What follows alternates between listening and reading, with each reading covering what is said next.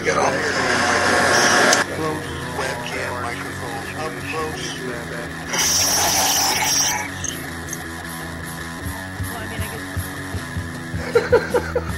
At the age of 19 in 1962, she was a... See, but I have the files. You know, I read this stuff at the National Archives, and I read these other things. I said to myself, how can that be possible? The brain, you know, pistols and fondle slab of choice, and on computers, internet, professional wrestlers, and not just Ventura style. It doesn't matter where the information comes from as long as it's real. It doesn't. It's hard to get real information because seriously, they don't want you to have just read these two sources. Whenever I try to prove out, you know, it's not. If you expect your government to tell you the truth, you're going to be sadly disappointed. Another one of these things. Dear Lord, what a dirty, dirty old man, huh? Really? You can't be serious. Is this really how you want things to be? Come on. More hooker, eruptions? Eruptions, whatever. Like Dave Powers kind of... Really? Allegedly broadcast live from Pima Region 2, within the borders of the formerly united and currently occupied states of America. We bring you the Ochelli Effect. It's like, damn sure, no, I'm an original. We have all these situations. I'd love to know why it takes 50 years, you know, for a 19-year-old girl to eventually get up to gumption to put these things out.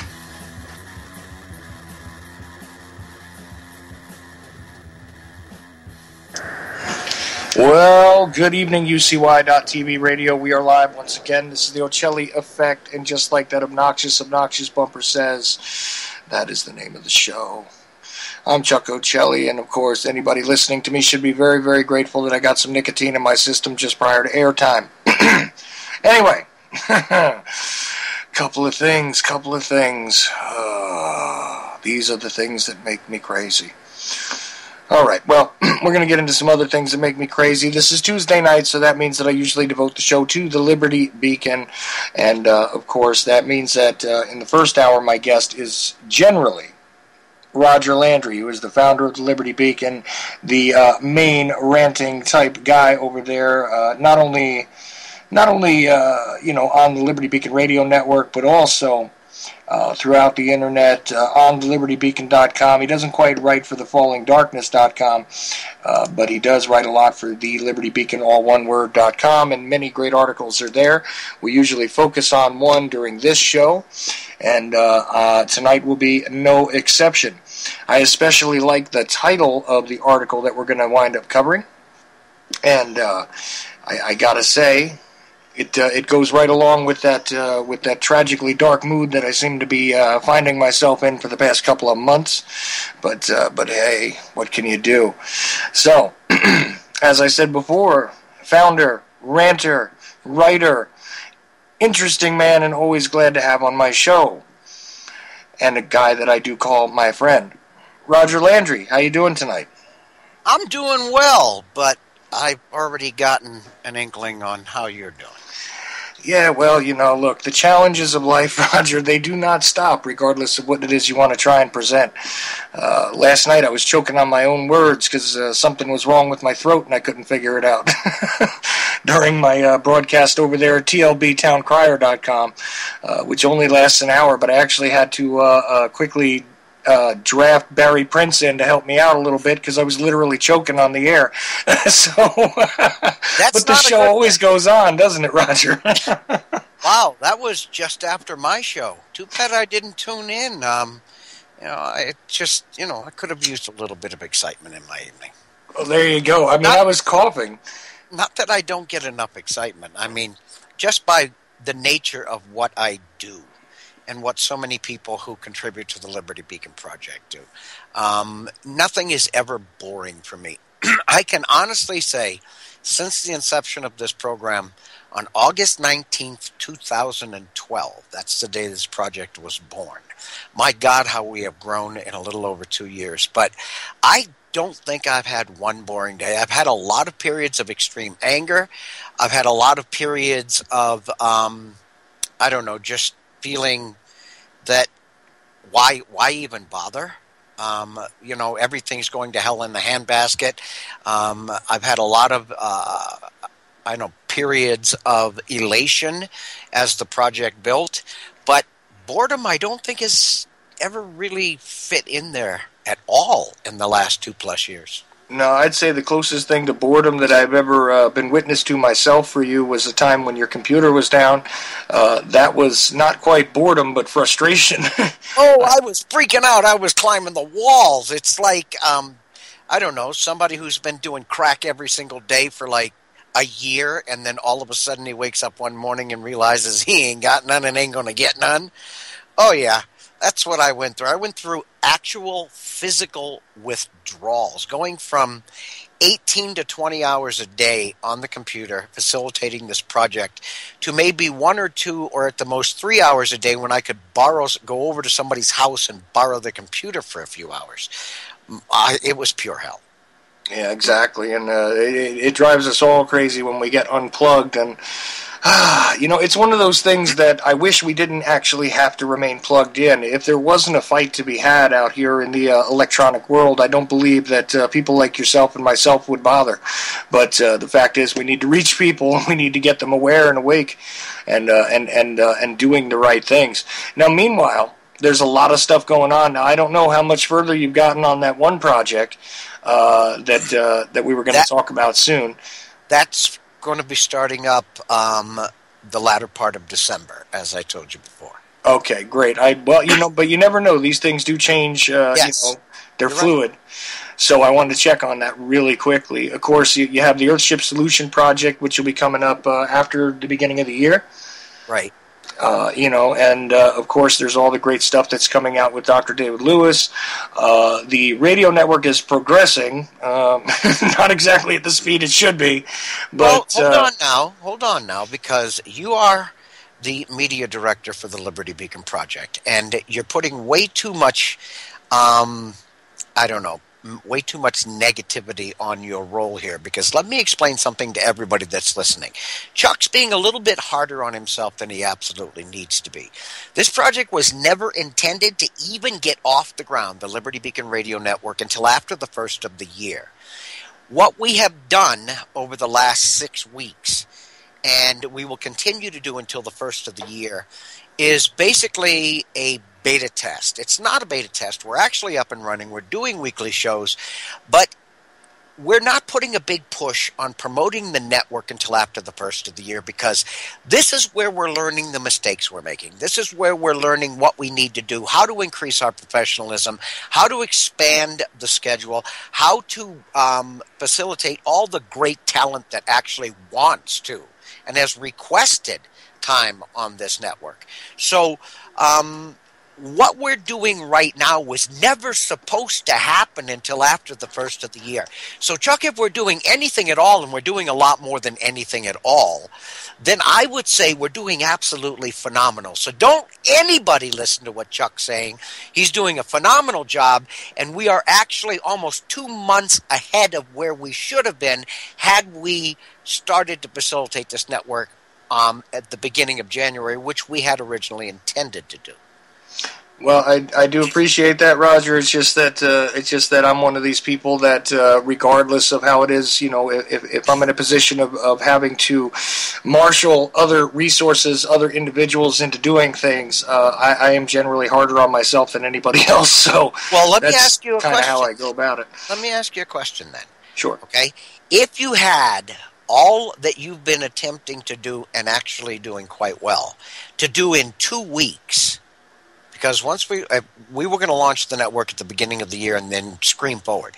If you had to do everything that you've been doing in a week to 2 weeks, instead of having these 2 months to get the preliminaries done, don't you think you probably would have been a hell of a lot more frustrated and had a lot more angst than you do now?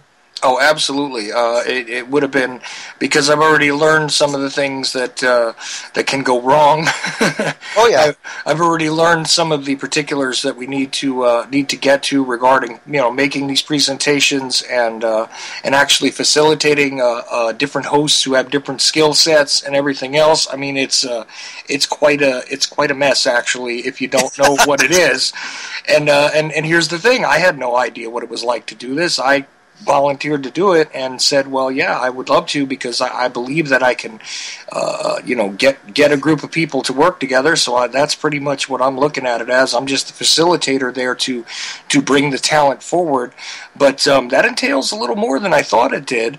And even those who are technologically a whole lot more sophisticated than myself have seen that there are things that come up.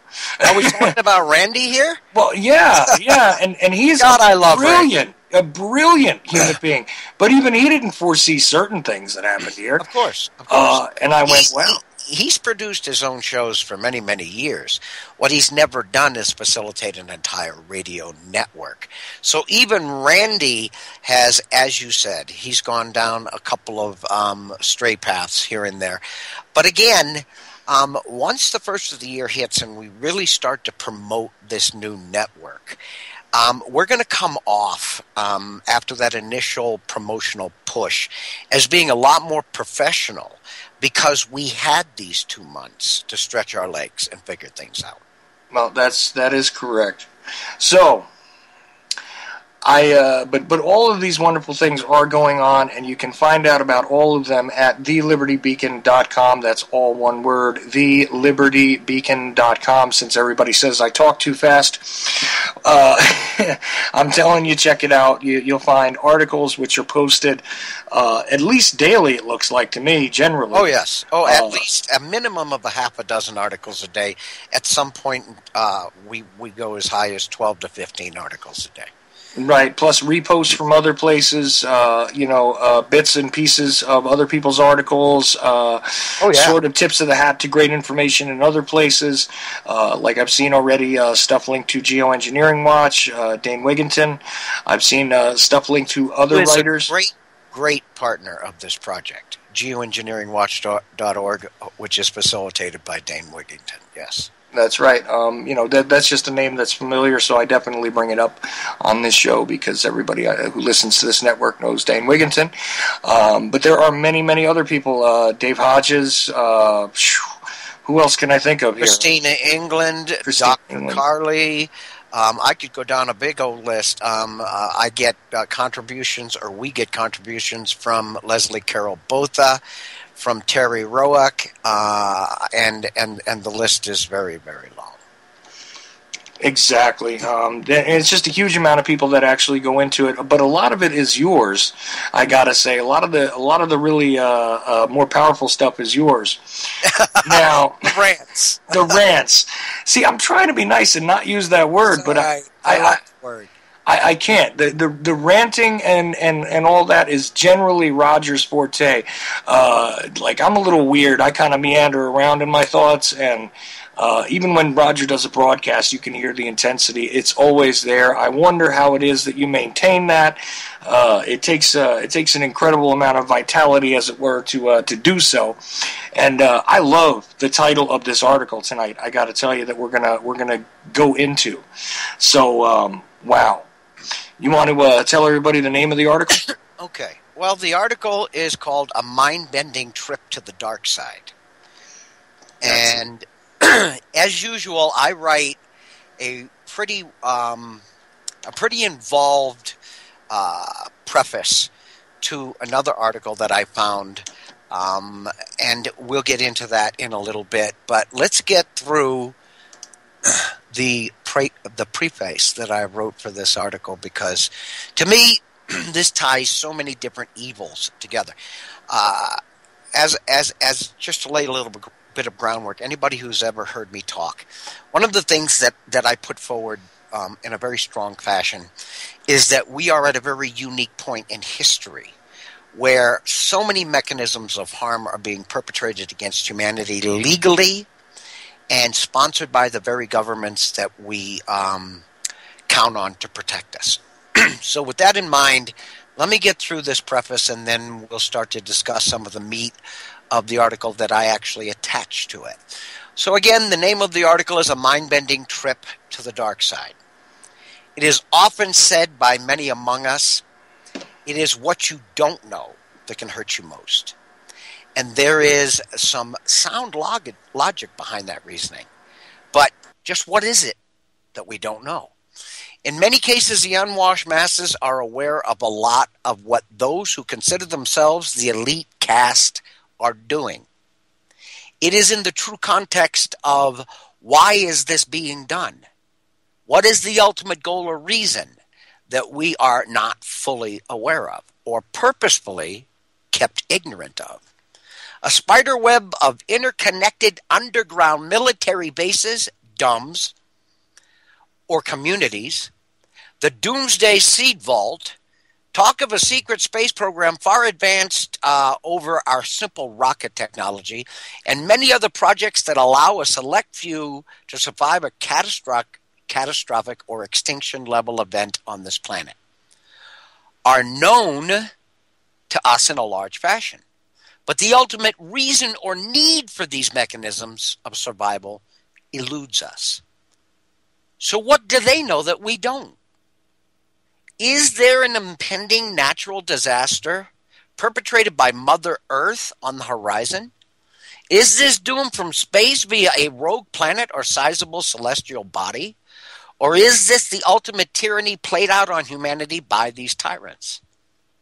To sweep the unwashed masses away and clear the playing field for the self-proclaimed elite to exist in an engineered paradise. We hear whispers, rumors, or scraps of truth pertaining to all of these possibilities. Man-made or not, the simple fact is there are entirely too many signs of an impending doom or, well, of one sort or another, and far too much preparation going on right under our very noses for all this to be ignored or summarily disregarded or discarded. Today we live in a world, here we go, where we are all, the general population, under constant attack from all directions by multiple mechanisms. Let's name just a few of those mechanisms. Geoengineering, pharmaceutical drugs, genetically modified organisms, vaccines, fluoride, radiation, man-made disease and pandemics, perpetual warfare, and political oppression. Now, if you listen to the list I just gave you and know this is not in the script, I'm veering off the script here for a couple of seconds, what you will find out that a massive majority of the list I just gave you, we are the gold medal winners on this planet. We are the most geoengineered, the most drugged, the most GMO'd, the most vaccinated, the most fluoridated, and real close to the most irradiated, thanks to Fukushima and the fact that we're directly downwind and down ocean current of it. We have more disease in this country than any other country on the planet. We are involved in more wars than any other country on this planet. And the political oppression mounts daily. So the list I gave you pertains to this country in spades. We are gold medal winners in all of them. Right. And these are just the top players. The most obvious mechanisms of multiple harm, or dare I say this, population control reduction, with each one capable in its own right of massive damage to humanity and its propagation. If you consider the blatant and flagrant elitist message of the Georgia Guidestones, the comments of so many prominent global eugenicists such as Bill Gates and Ted Turner, as well as the United Nations Agenda 21 and its mission, they all consider the masses of humanity to be no more than a virus infecting this planet and openly pursue a goal of massive population reduction by as much as 90%. Look at the Georgia Guidestones. It clearly states, etched in stone, and everybody uses that. Well, that's etched in stone. This is etched in stone. It clearly states maintain humanity at no more than 500,000 to keep it in harmony with the planet. There's 7.5 billion of us.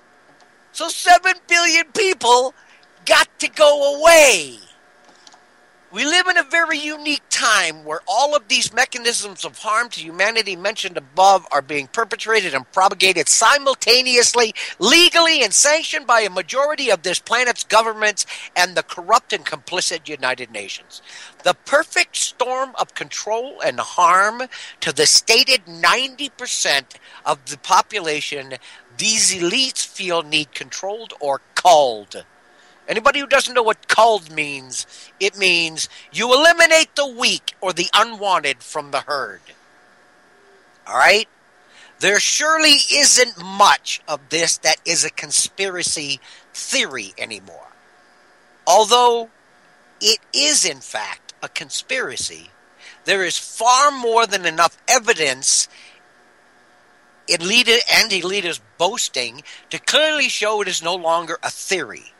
Eugenics and population control reduction has been around since the turn of the 20th century, with its main purveyor being the Rockefeller Foundation and more recently the Gates Foundation, utilizing such mechanisms as GMOs, vaccines, weaponized disease as the ultimate tools for engineering, controlling, or culling the herd, of which you and I are a part of. This should show you that none of this is new, and preparations by this elitist caste for their survival of an impending natural or man-made disaster has been underway for an extended period of time. Again, what do they know that we are being kept from knowing? In this context, it would seem our very existence, the stated 90%, are in serious danger. What do you think, Chuck? Well, this is the thing that has been discussed for a very long time, and we've heard about this seed vault before.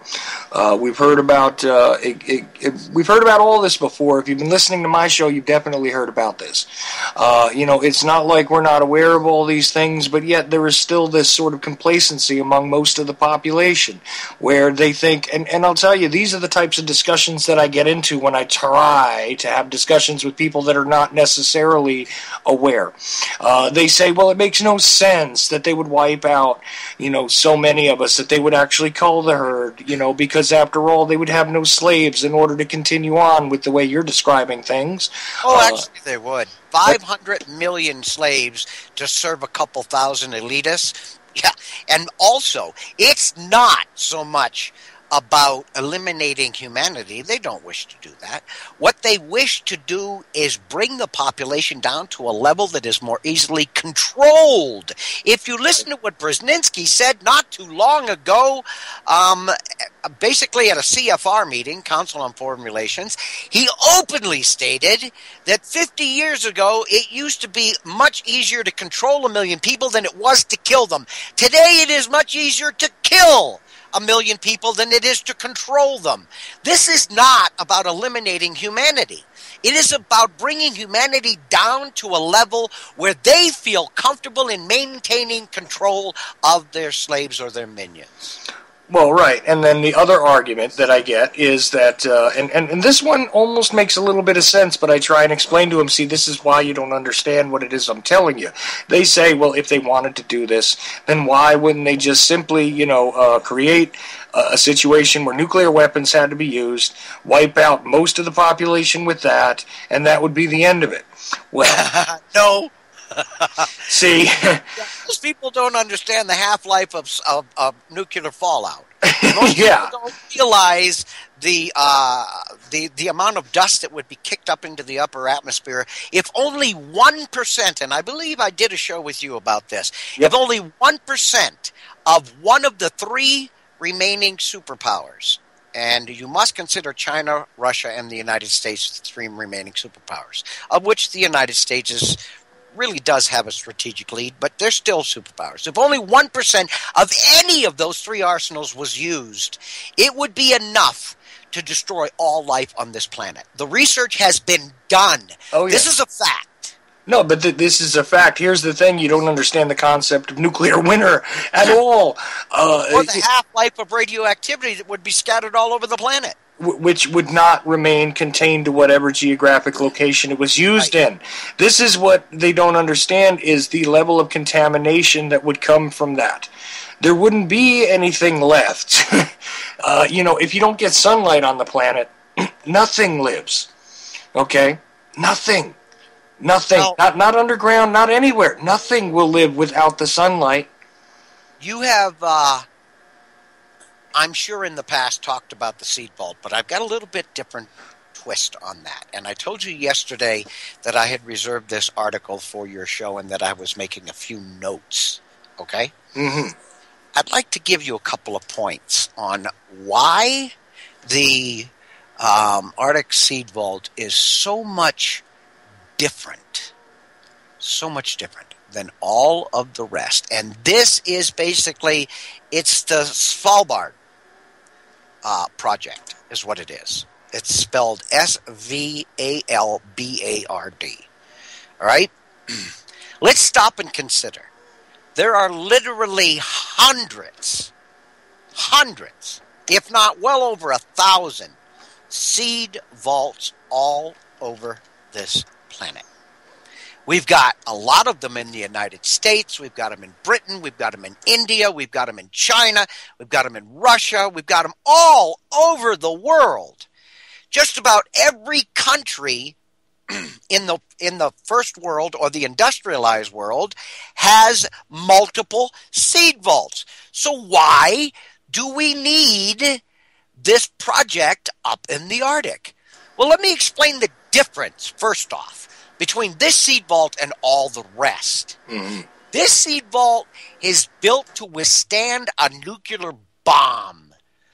We're talking about walls that are hundreds of feet thick. We're talking about a double door. The doors are like 100 feet thick, and there is a air chamber between them, actually an airlock, where the air can be pumped out for zero contamination. It is built into a mountain. It is built into an area where refrigeration, if there's no electricity, no problem. Everything's frozen there anyway. Right. Okay, each and every one of these other seed vaults across this planet is subject to being harmed, obliterated, or wiped off the face of the earth by a nuclear attack, by whatever, by a meteor hitting the planet, by whatever. Okay, we're looking at each and every one of them as being vulnerable in one fashion or another. This is the only seed vault on the planet that is meant to survive just about anything but a direct strike by a very large meteor hitting it. Anything else, it will survive. It is the only seed vault on the planet. So when all else goes away, now, let me tell you who built this seed vault, okay? This seed vault was built by the Rockefeller Foundation, who is all the way back in the 1920s, the Rockefellers were funding eugenics programs across this planet. The Rockefeller Foundation funded the eugenics program in Nazi Germany. Donated the land for the UN building. And now, Bill Gates also is investing millions of dollars in the seed vault. The UN is investing millions of dollars into this seed vault. These are elitists to the max. Monsanto, Syngenta, DuPont, the biggest seed company owners on the planet are investing in this. But you ask yourself, well, okay, that's not a problem. If a natural disaster happens, they want to be able to repopulate the planet with all of these original seeds with their genetics kept intact. All right? But that's not what's happening here. That's not. What's happening here is Gates, the Rockefeller Foundation, Monsanto, Syngenta, DuPont, all of these companies are forcing, especially throughout the third world, Terminator seeds and GMO seeds on just about every poor country on this planet.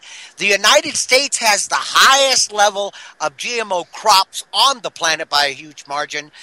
What is happening is, and let me explain what a Terminator seed is. You put it in the ground. It grows. The seeds, like on a corn stalk or on a wheat stalk or whatever, those seeds are sterile.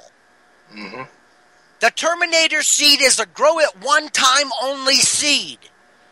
You can never grow from the seeds that plant produces, period.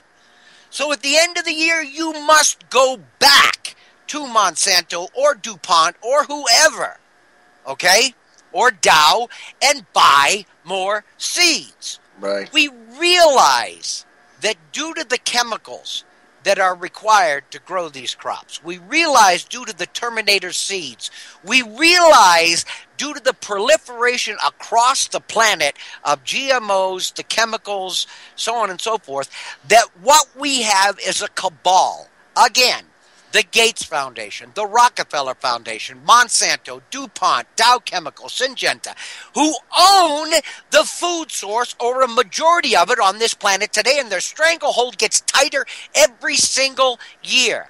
The TPP, the trade agreement that is being forced on the world, will make it illegal for any country to ban GMOs growing in their country. It'll make it illegal in sovereign nations to ban GMOs. So again, any nation that has already banned GMOs will be forced to allow them to be grown within their sovereign borders. The reason for that seed vault is, what if something happens and we know for a fact that there is such a thing as horizontal gene transfer. We know that these GMOs cross-contaminate natural farms within the area. And then Monsanto marches in and says, yo, you might have planted natural food, but that's not what you got, and we're taking your crop. And the courts back them up. So what we're seeing is a destruction of the biosphere.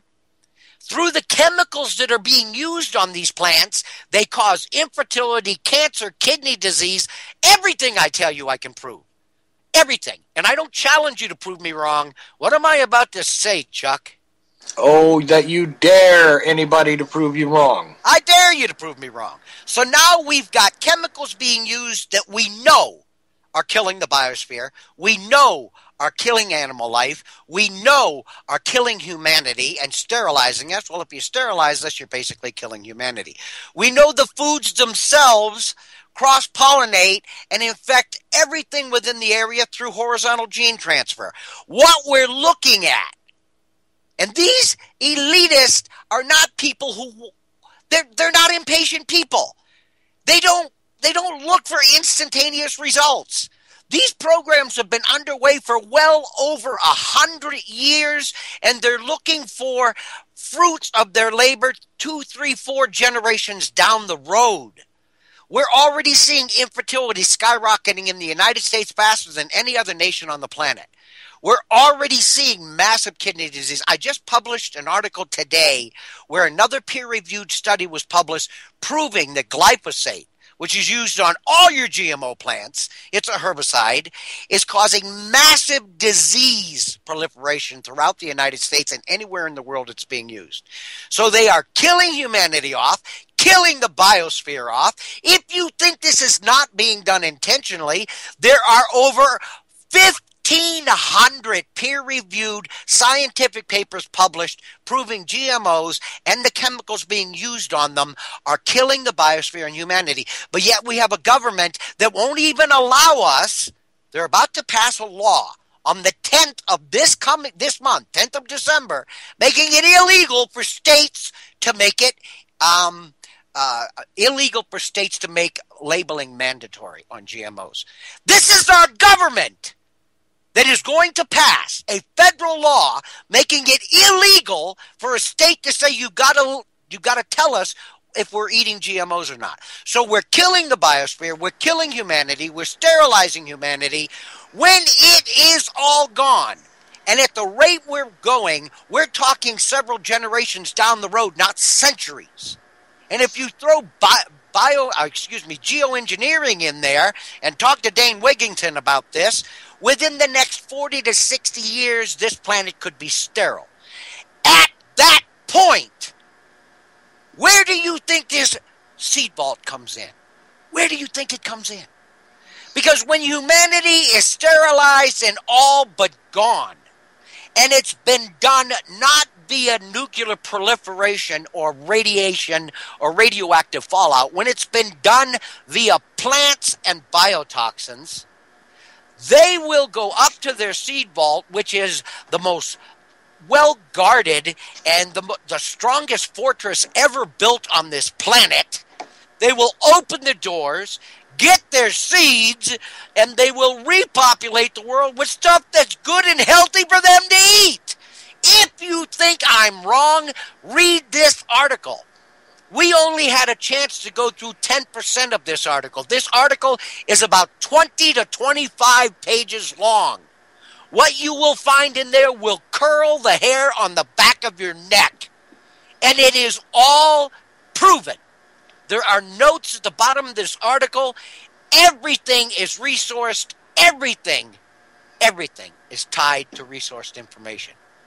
So that seed vault is there for two reasons. One, either they drive most of humanity into oblivion and keep about 500 million of us around, or a natural disaster may happen to this planet, in which case they can repopulate the planet with natural seeds. I've got to tell you something. I don't believe in the second option.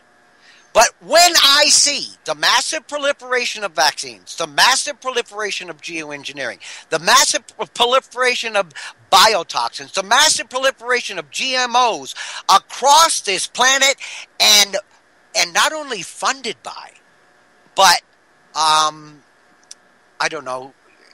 basically heralded by the very governments whose job it is to protect you and I, then I would say that the first option I gave you is the most obvious. And this isn't going to happen tomorrow. But your children's generation is going to be much worse off than we are. And their children's generation, what there will be of it, will be in the dire straits. And the generation following that may never even happen. That's what your seed vault is for, my friends. You know, absolutely, and somebody's been posting in the chats there. Emery's is talking about the funding for it. All this stuff is actually publicly known. You can get a hold of this stuff. The government site actually. It's in this article. Yeah, it's in the article too, and it's absolutely frightening to take a look at who's actually funding it, who's controlling it, and exactly why they're saying they're doing it. Over crop diversity and all this other stuff. It's madness is what it is, and it's just the fail-safe for, after we've destroyed everything else and you can't grow anything else, and we've decided, because all they have to do after they have everything into Terminator seeds is turn around. I mean, let's just look at it from that angle for a second, is turn around and say, look, we're not going to sell you anymore. We can't sell you anymore. There's a seed shortage. It's also going to be used, and in some places already being used, as blackmail. If you have a poor third world country that is feeding its population off of GMOs that are grown from Terminator seeds, and this has already happened on several occasions, and the U.S. government steps in and says, we want you to do this, we want you to promote this, we want you to, and they say no, then you basically can shut off the food supply of their population. It is being used, but I have another small section here I want to go through, and I know I've only got about 20 minutes left. Do you mind if I go through this? Oh, absolutely. Absolutely. I was dying for you to get to the next piece, actually. GMO as a weapon of biowarfare. See, and that's exactly what I was leading into, because it's strategically perfect, if you think about it. Because if you have already infected, cross-contaminated, this horizontal contamination, if you've already pressed this on people, it is a perfect weapon. You don't have to fire a shot. You don't have to spend money. You don't have to put troops on the ground. You don't have to deal with the public backlash. All you have to do is say that you're sanctioning somebody based on some perceived threat or problem or whatever else they're doing in the world. Think about that for a moment. If I can stick genes from a fruit fly or from any other living thing on this planet into the genes of corn or anything else to change some of their characteristics, why can't I stick the gene of a cancer virus or something else into that exact same food and give it to the third world or any nation to feed their starving masses? Why? Let me go through this, okay? Yep. All right, now we have come to the heart of the danger and the potential for misuse inherent in it's the Svalbard project of Bill Gates and the Rockefeller Foundation, the two main funders. Okay, can the development of patented seeds for most of the world's major sustenance crops, such as rice, corn, wheat, and feed grains, such as soybean, ultimately be used as a horrible form of biological warfare? The explicit aim of the eugenics lobby, funded by wealthy elite families such as the Rockefellers, the Carnegies, the Harmans, and others since the 1920s, has embodied what they term negative eugenics, the systematic killing off of undesired bloodlines. Margaret Sanger, a rabid eugenicist, the founder of Planned Parenthood, and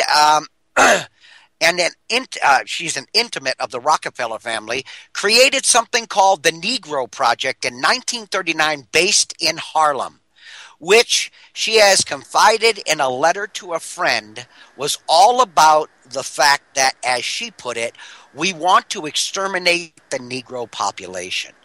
Now, wait a minute, Roger. I'm going to stop you just for a second because I want to say something here. There are people out there that say that race-specific bioweapons are a fantasy.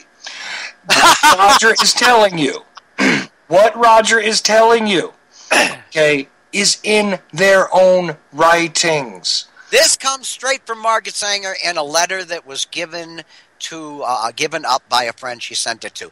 Not only that, if you think that, let me explain something to you. The CDC's own research, and we did a show about this, for 13 years they withheld research showing that the MMR vaccine does in fact increase dramatically the instances of autism in children.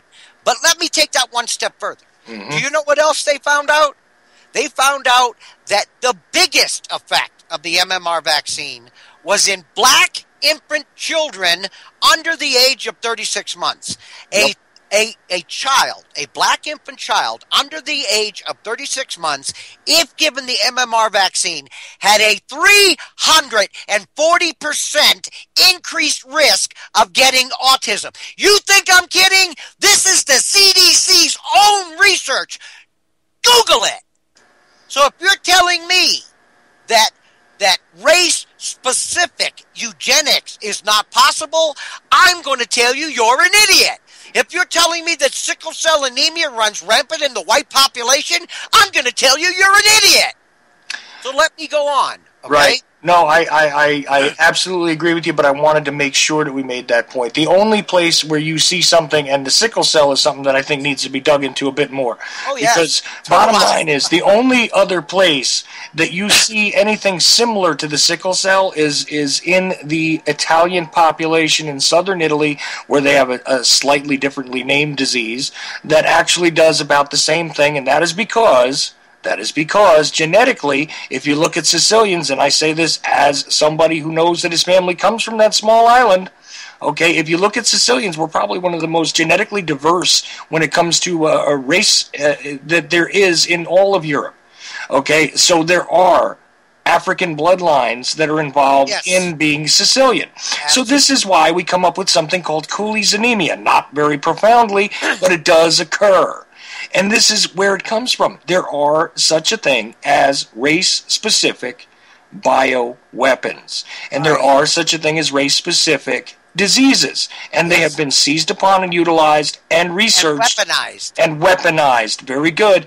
Yes, absolutely. So if you don't believe me, go ahead and look up something called Cooley's anemia. I bet you've never heard of it. All go right. ahead. Okay, I gotta go on. get through this because I got like 15 minutes left here, and I really want to get the rest of this out. Well, I'm sorry, Roger. I just needed to make that point. Apologize because everything you put out is great. Okay, I just don't want to just leave this hanging because the rest of this is another chunk of the article that we have been discussing this entire show. Right. A small California biotech company, Epicite, in 2001 announced the development of a genetically engineered corn which contained a spermicide, which made the semen of men who ate it sterile. Fact! At the time, Epicite had a joint venture agreement to spread its technology with DuPont and Syngenta, two of the sponsors of the, guess what? The Doomsday Seed Bolt. Epicite has since been acquired by a North Carolina biotech company.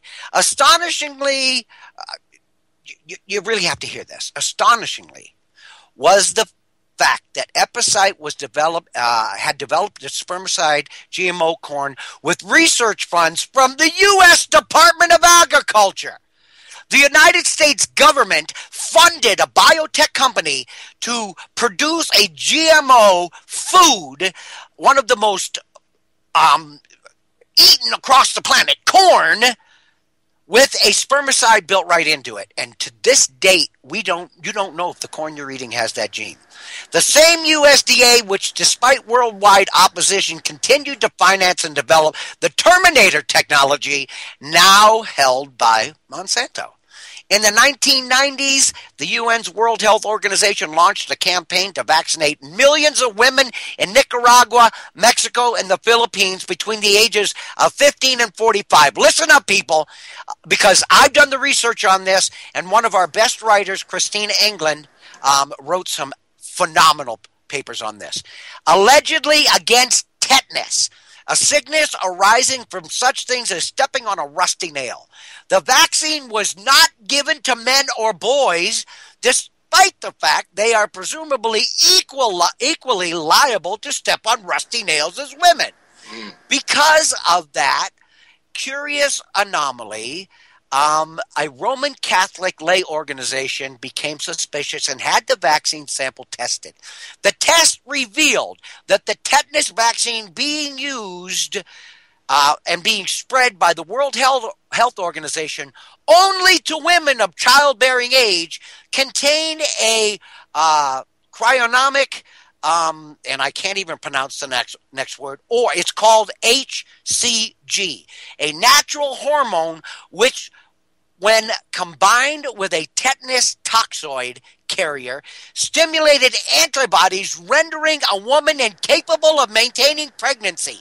They sterilized women in Mexico and in a half a dozen countries across the planet against their knowledge. None of these women who were vaccinated were told it would sterilize them. And if it hadn't been for a Catholic organization doing the research, none of this would have been found out. It later came out, here we go, that the Rockefeller Foundation, along with Rockefeller's Population Council, the World Bank, and the United States National Institutes of Health had been involved in a 20-year-long project begun in 1972 to develop concealed abortion vaccine with a tetanus carrier for the World Health Organization. So this is who perpetrated it. This is who paid for it. Okay, the Rockefellers, their Population Council, the World Bank, CGIAR, which is also directly tied into the Doomsday Seed Vault, and the United States Institute of Health. They paid for this vaccine. In addition, the government of Norway, the host of the Doomsday Seed Vault, donated $41 million to develop the special abortive tetanus vaccine. Real quick, okay? Is it a coincidence that the same organizations from Norway to the Rockefeller Foundation to the World Bank are also involved in the Doomsday Seed Vault Bank, or Seed seed bank. According to Professor Francis Boyle, who drafted the Biological Weapons Anti-Terrorism Act of 1989 enacted by the U.S. Congress, the Pentagon is now gearing up to fight and win biological warfare as a part of two Bush national strategy directives adopted. He notes, without public knowledge and review in 2002, this was passed.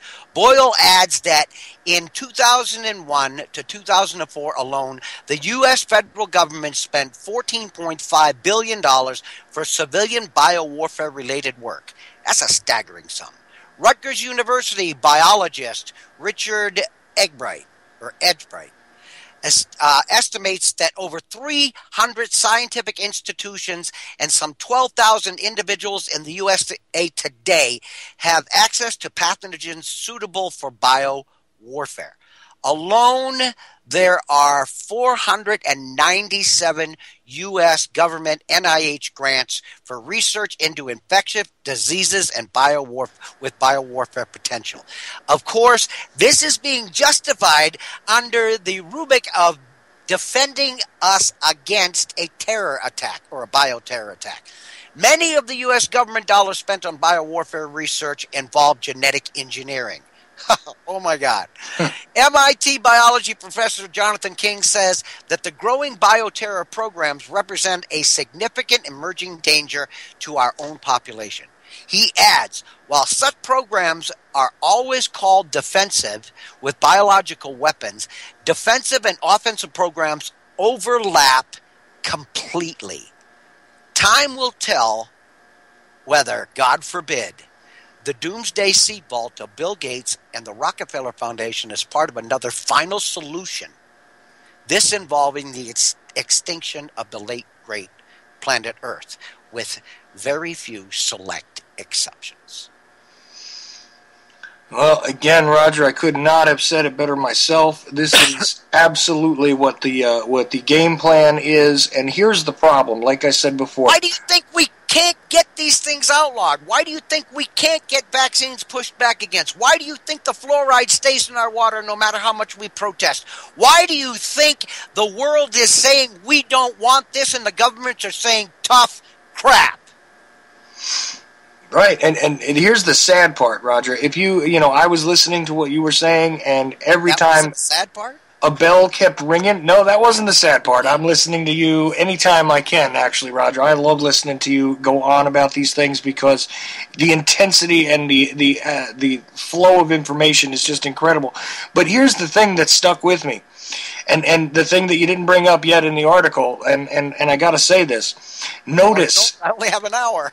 Yeah, well, that's it. But notice, okay, how often it comes up that who is paying for this stuff. Okay, yes. we have the Rockefellers. Over again, in a 25-page article, it must be mentioned at least 50, 60, 70 times. Yeah, but here's the bad thing. The people that are getting killed by this, the people that are getting sterilized by this, the people that are getting dealt these wonderful genetically modified organisms in their crops and everything else, we are paying for this every time we pay our taxes. Yes.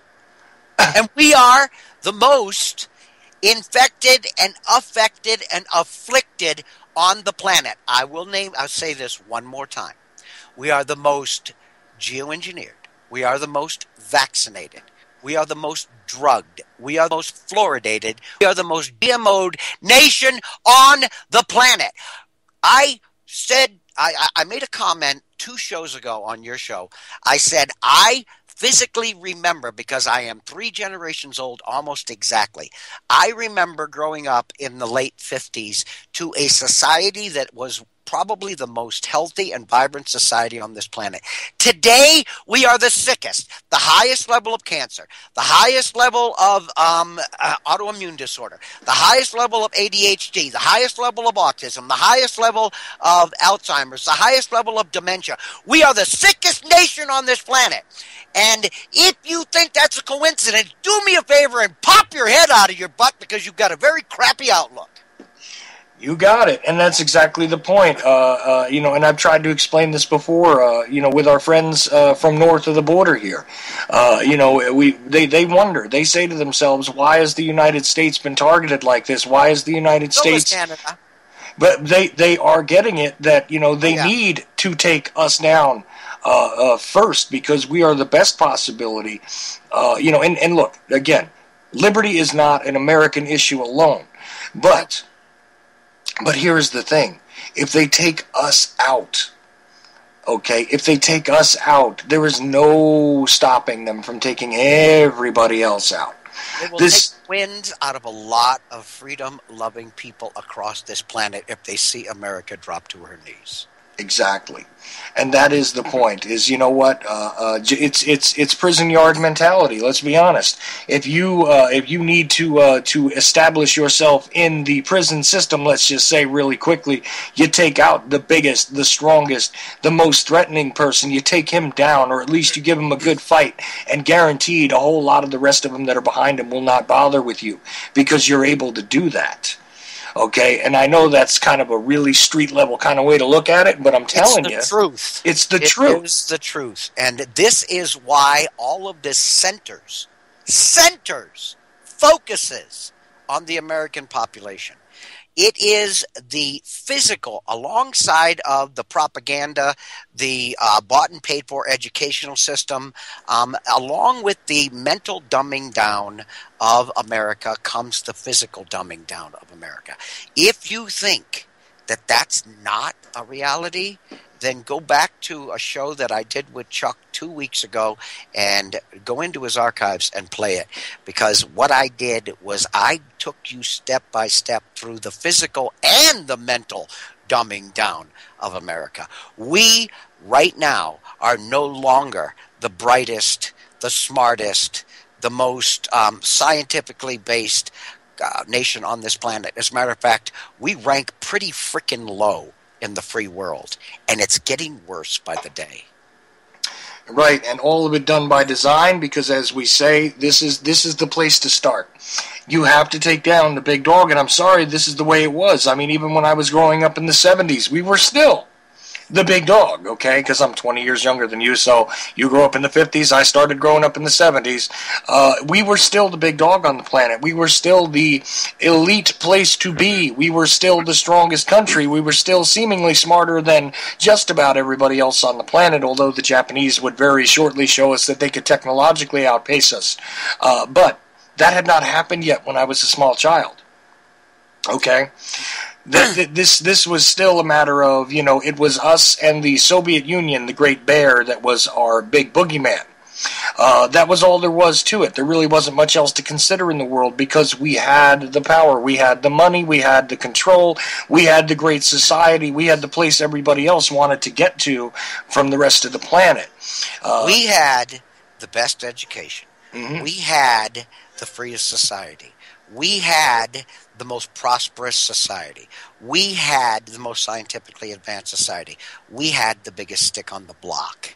We had the best medical system on the planet. If you take a look today, all of those are gone with the exception of one. We still have the biggest stick on the block. And it is not the stick that beats you up. It isn't. Don't ever blame the stick. It is the person who holds the stick that beats you up with the stick. And you and I no longer have any control in this country. This is what we're fighting to get back.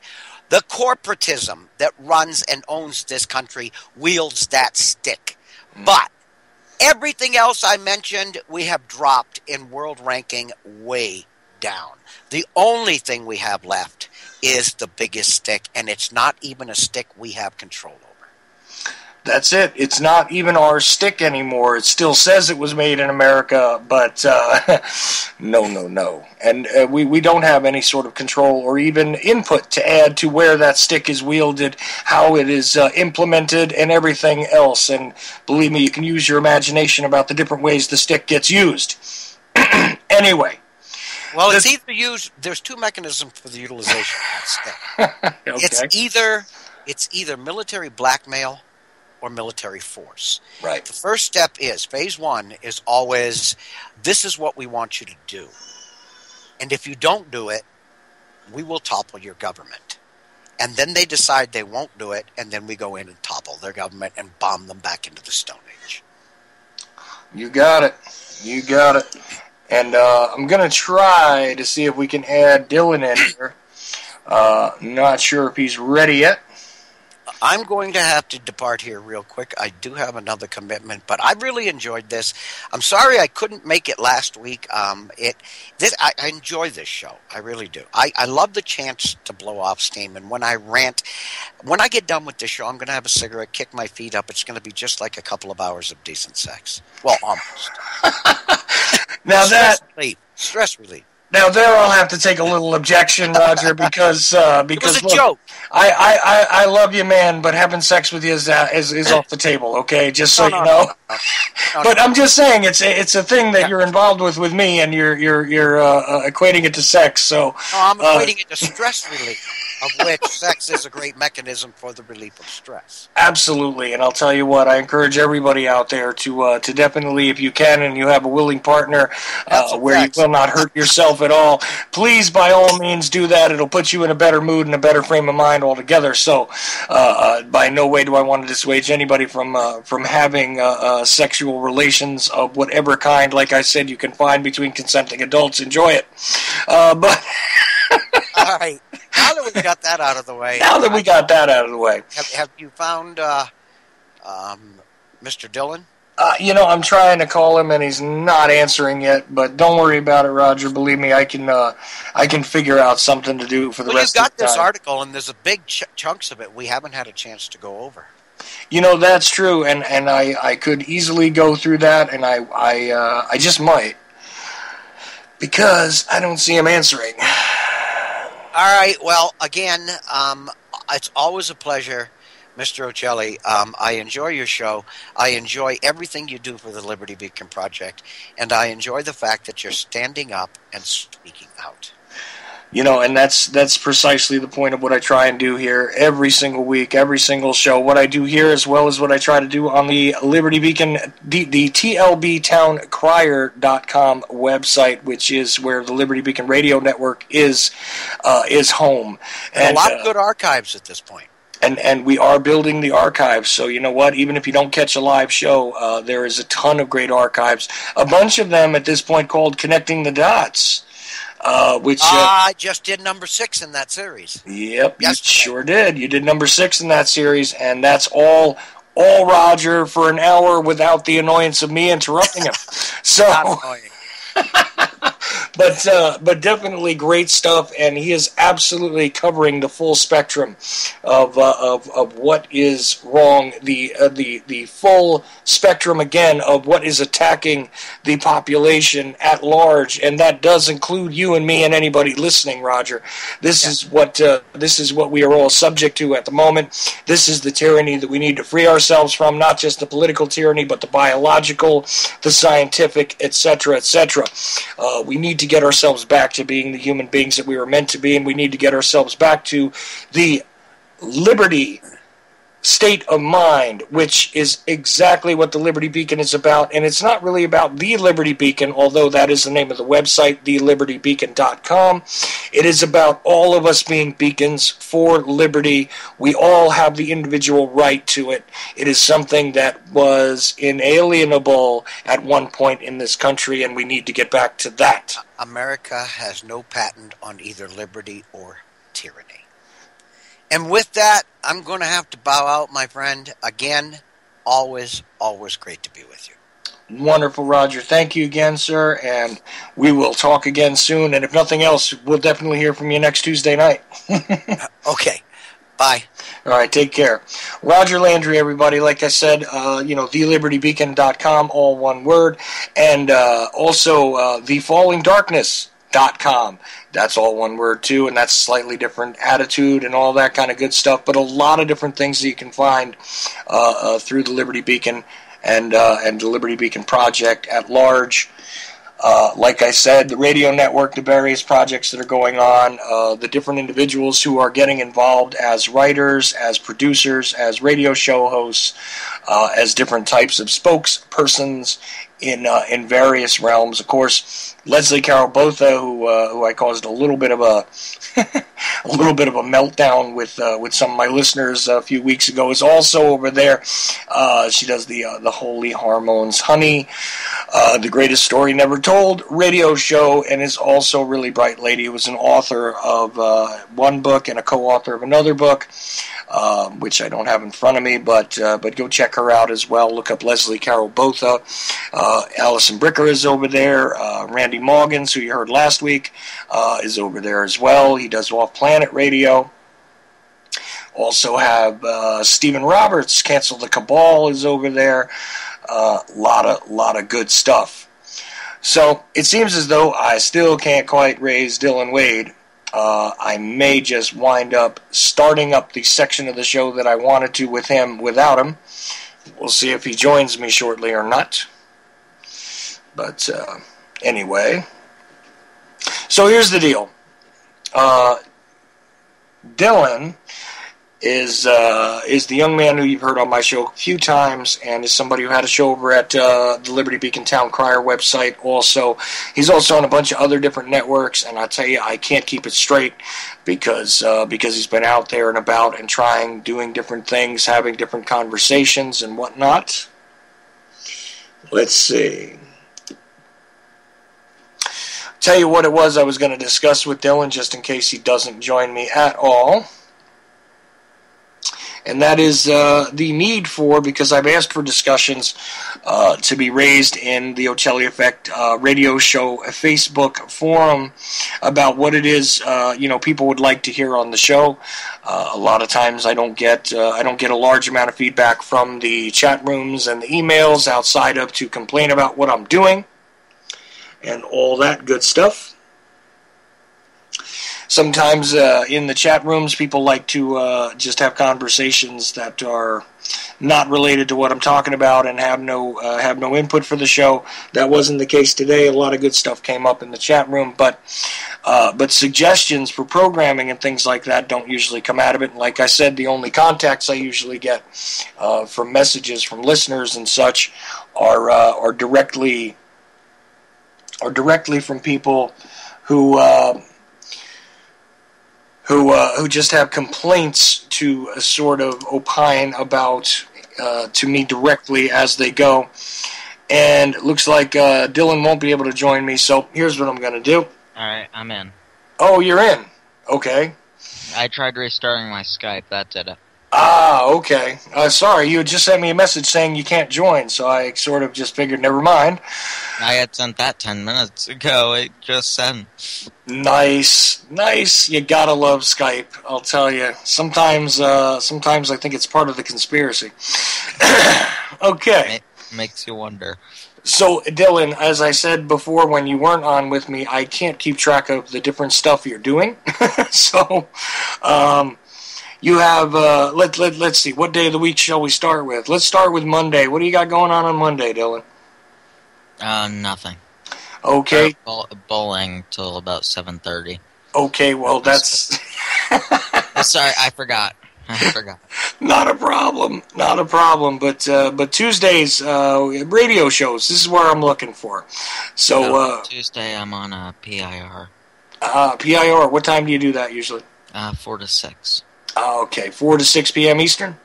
Yeah, I just got done over there a little while ago. Oh, cool. What was your show on over there today? I had Max Bliss on. Ah, okay, that must have been interesting. Mm-hmm. I had Sylvan Henry on this past Saturday to discuss chemtrails. I had Jim Lee on Saturday to discuss chemtrails.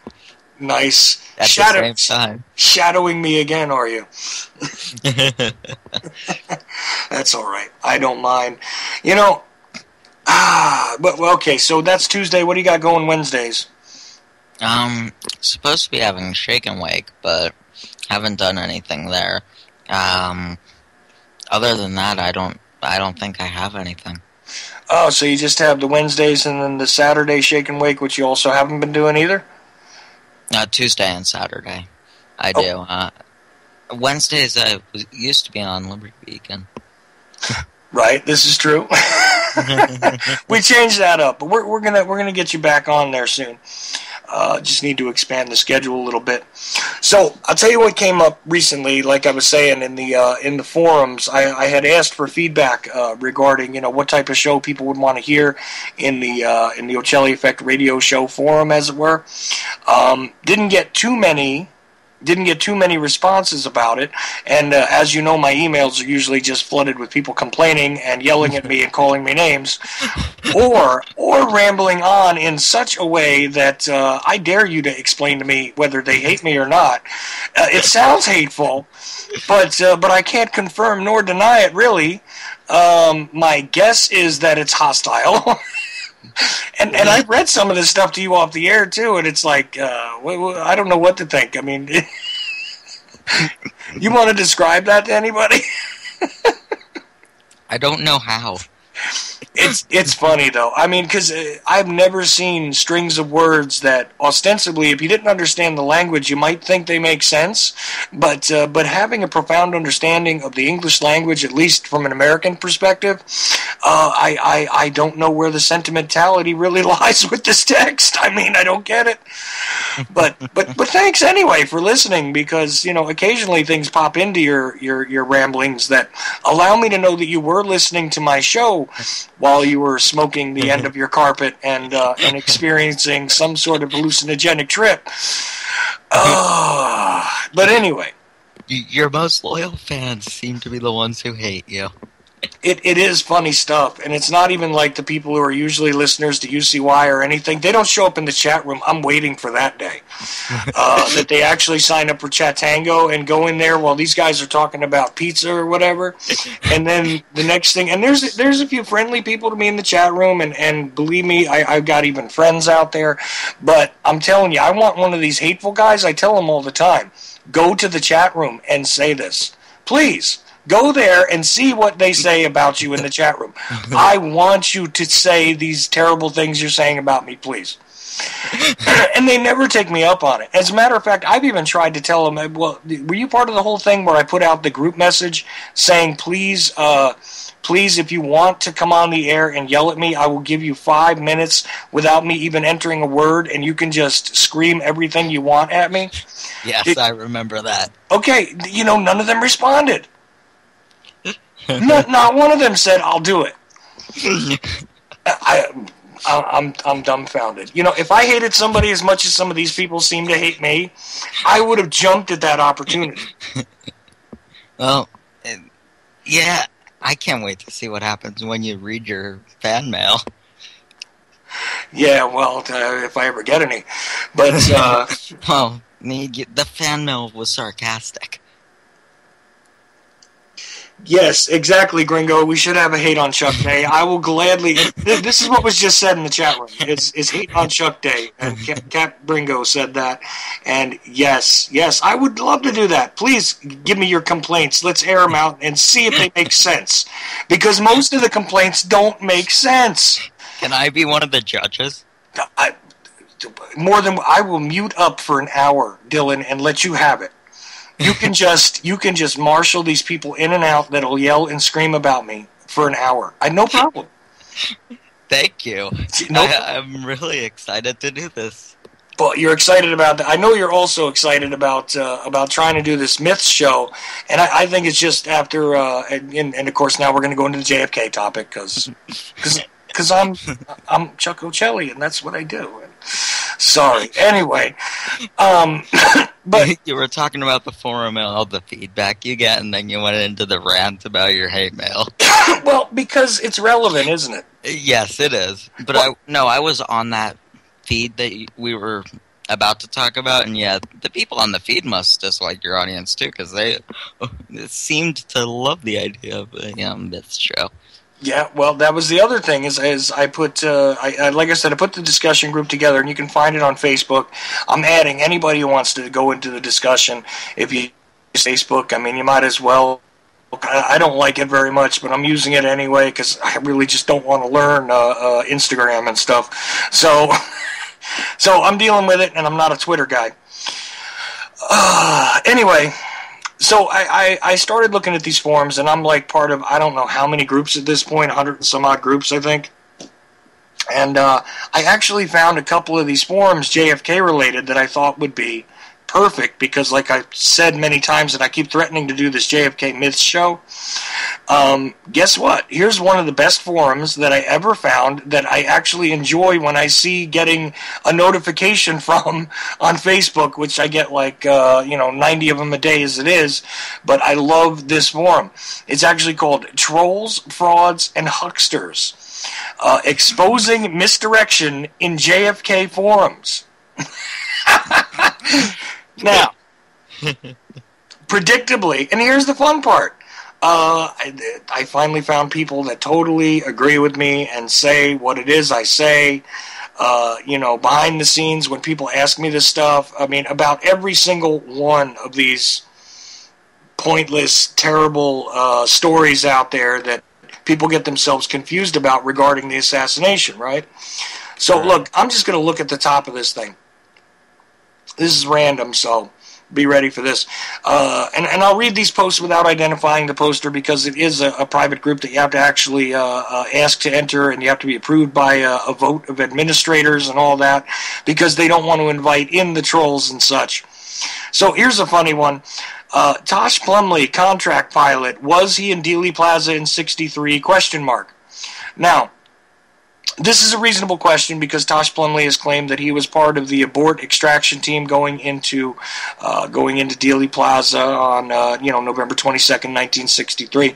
He has been a guy who has appeared on AJ's network and all that kind of good stuff. But previous to that, he was well known as a pilot who was involved in Iran-Contra and stuff like that. So he does have some sort of credibility regarding that, but his whole story about being involved in being part of an extraction team in 1963 and all that was actually put out by a website called JFK Murder Solved some years ago, and the proprietor of that website is Wim Dankbar. That's his name. I kid you not. Look it up. His first name is Wim, W-I-M. Anyway. Is it wrong to laugh? Maybe. But here's the laughable part. The picture that this guy posts when he asks the question in the forum is a picture of him with his arms around two of the other people that I would definitely bring up during the Myths show. I do believe I see Judy Baker on his right arm, and I do believe I see Beverly Oliver / Messenger on his left arm. Funny picture. So, let's go on a little bit. Let's see. What's the point of the JFK conferences? Question about, let's see, what else we got here? Okay, so, of course, this weekend, Bill O'Reilly reran his whole Killing Kennedy movie on the Fox News channel. I laugh News in air quotes. Yeah, right. And Bill O'Reilly, the writer, in quotes, of Killing Kennedy, those two I won't put in quotes because, it's actually the title of a book. I can't change that. Of course, this is the same guy who brought you Killing Lincoln and Killing Jesus, but, let's see. I do. It could be called Killing O'Reilly. But, I guess the whole book is supporting the official story. Oh, isn't that a shocker? So, okay, how many watched Amazing Fox News Channel? This is from the Post, by the way. How many watched the Amazing Fox News Channel? Yes, I said news channel, bloviation of a dramatization of O'Reilly's JFK book, ? I am speechless. A major news network with now arguably the largest viewing audience being fed such simplistic, misinformed, misguided propaganda. But I optimistically hope maybe it may also stimulate some to read more deeply and widely. True believers will be appeased. Go harumph. I told you so at some an audacious propagandistic endeavor. Wow. The backdrop of a supposed credible news outlet broadcasting this merely puts them on my skeptical list with others. This guy needs to catch up a little bit, but yeah. Killing Kennedy, of course, Oswald did it, and please pay no attention to my Inside Edition days when I was talking about the possibility of the CIA being involved with Lee Harvey Oswald and the leaks from the House Select Committee on Assassinations and all this other good stuff. Please let's not think about that in any way, shape, or form. Yeah. So, of course, let's see. Can you see Oswald's Innocence in the Doorway Man picture? That's one of the posts. Here's another post. Did the people at the 6th Floor Museum do a good job for America? ? Are the youth of the world finding out the truth from this place? The 6th Floor Museum is the Oswald Did It Museum in Dallas, Texas, at the 6th floor of the Books Depository Building, for those that don't know. And a guy who was once a researcher for the truth, it seemed, who was a guy who worked at a radio station for some time and all that good stuff until his divorce, in which case he wound up taking a job as a curator at the 6th Floor Museum, which, again, like I said, it might as well be called the Oswald Did It Museum. Right. Gary Mack is a guy who was on sort of our side for the longest time and now does nothing but pretty much scoff at and speak as an official sort of voice for the Oswald Did It crowd. How was he on their side how was he on our side to begin with? Well, he was a guy who was talking about Badge Man and the possibilities that that the acoustic evidence could have been a possibility to show us that there was more than 3 shots and things like this. He was actually a guy out there speaking for the truth in the 80s and even into the 90s, I believe, until he took that job. And I'm not exactly sure what, but I do know that it's been some time since he was on our side. Another post here, Arlen Specter, the biggest misdirection. Of course, Arlen Specter would be your Warren Commissioner, junior member of the commission, actually, who did a lot of the questioning of witnesses and things like this, the manipulation of the evidence, etc., etc. The guy who brought you the single bullet theory, which he now describes in public as the single bullet fact. Or actually, no, sorry, he's dead now. But for a little while there, he was describing it as the single bullet fact. Yeah, he was a senator for many years, switched parties back and forth between Republican and Democrat, and in that way I think he was more honest than most of them, because he showed that he had no actual allegiance to anything except propping up the establishment and the money. Then one of my favorite topics, Judith Berry Baker. Judith says she met and had a close relationship with Lee Harvey Oswald. Judith also was a witness to the activities of David Ferrie. Is the proof of these relationships beyond reasonable doubt? ?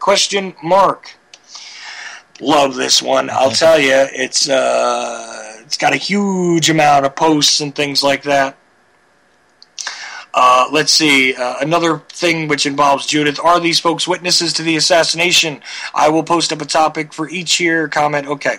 And the pictures here in this Foursquare are James Files, who claims to have been the Grassy Knoll shooter, which is absolute BS if you examine the medical evidence, unless you think it's all been faked. Sorry. Chauncey Halt, who claims to have been one of the so-called hobos or tramps on the train that day, who absolutely was not. It's been proven various times by forensic anthropologists. This guy is not the guy. Beverly Oliver Messenger, who claims that she was the Babushka lady, although I don't buy it, and I told Brent Holland that regardless of the fact that I do like his book, I didn't like the fact that he used her as a witness, because I don't believe for a second that she had on a wig, a scarf, and something else to cover exactly what the nature of her body was, blah, blah, blah, blah, blah. She was 17. She claims to have had a motion picture camera, although the Babushka lady, when you do the correct enhancements, is clearly holding a still picture camera. Thank you very much. She also could not properly for many years describe what she was wearing, etc., etc., and has made various claims. I don't buy Beverly Oliver Messenger, sorry. And, of course, who do you think the fourth picture is in that little group? Judith Berry Baker. Yay. Of course, I think my comment was... Oh, wait a minute. Here we go. I did. There is my comment. I said a Foursquare of BS. Anybody have a red ball? There used to be a game called Foursquare, where you played it with a red ball, and each of you got to stand in a square, and, probably a game you've never heard of, Dylan, because... Sorry. Didn't survive into your generation. But I got to tell you that I plan to invite some of the people. You got to see this stuff. It is really funny to watch people go back and forth and really once and for all slam down a lot of the useless, pointless, and absolutely vaporous misdirection, misinformation, and garbage that is being circulated throughout the net about the the JFK assassination. And yeah, it is true, Gringo, you say it right there. Only thing for sure is the official story is BS. You're right.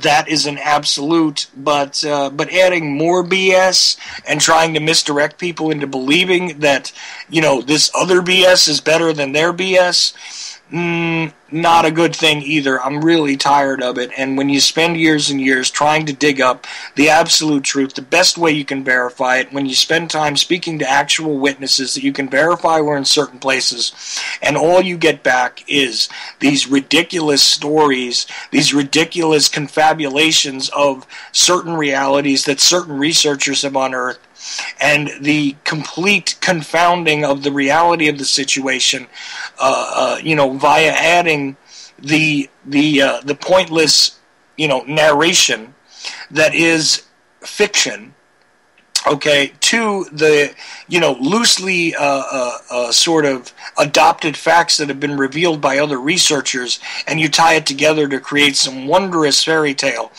It doesn't do us any good to do that either. I think that the historical reality is important. I always have, and that is the day that we lost our country, in my opinion, completely.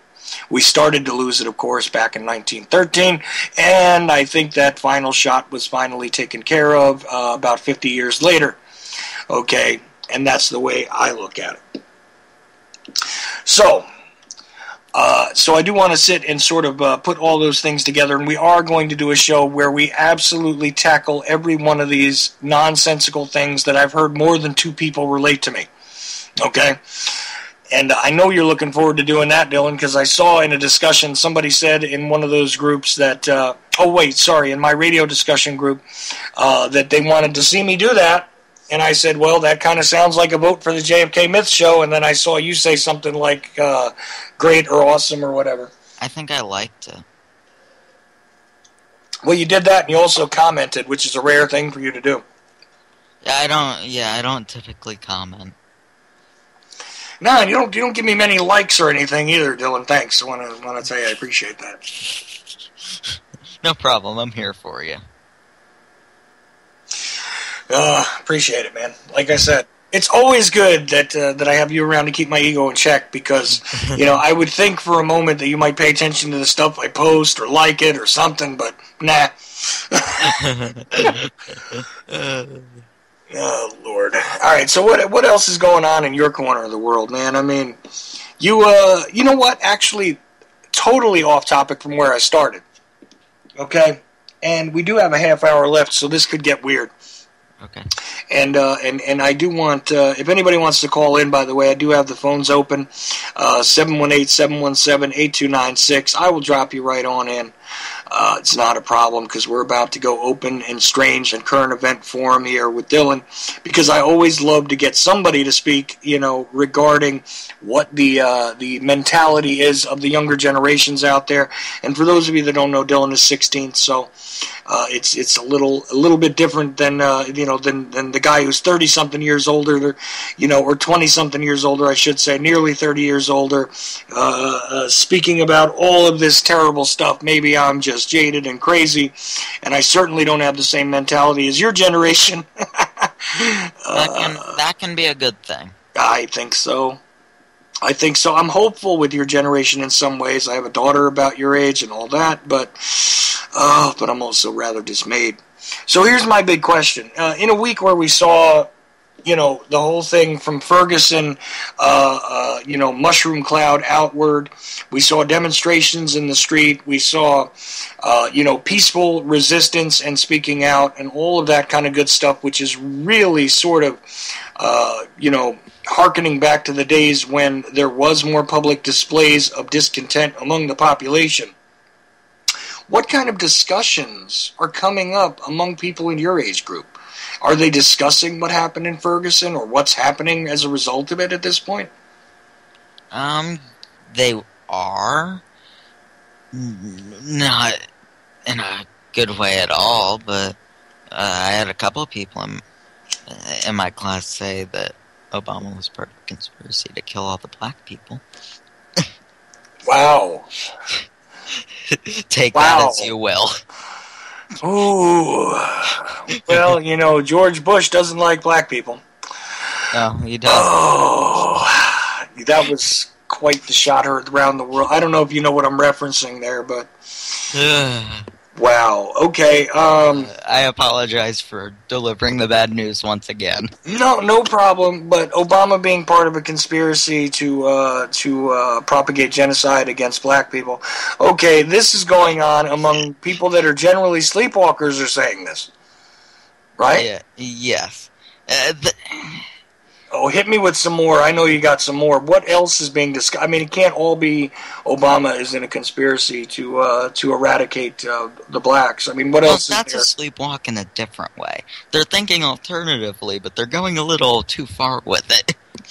Well, but you know what? I don't know at this point. I don't know if they're too far. Perhaps I just don't want to go that far.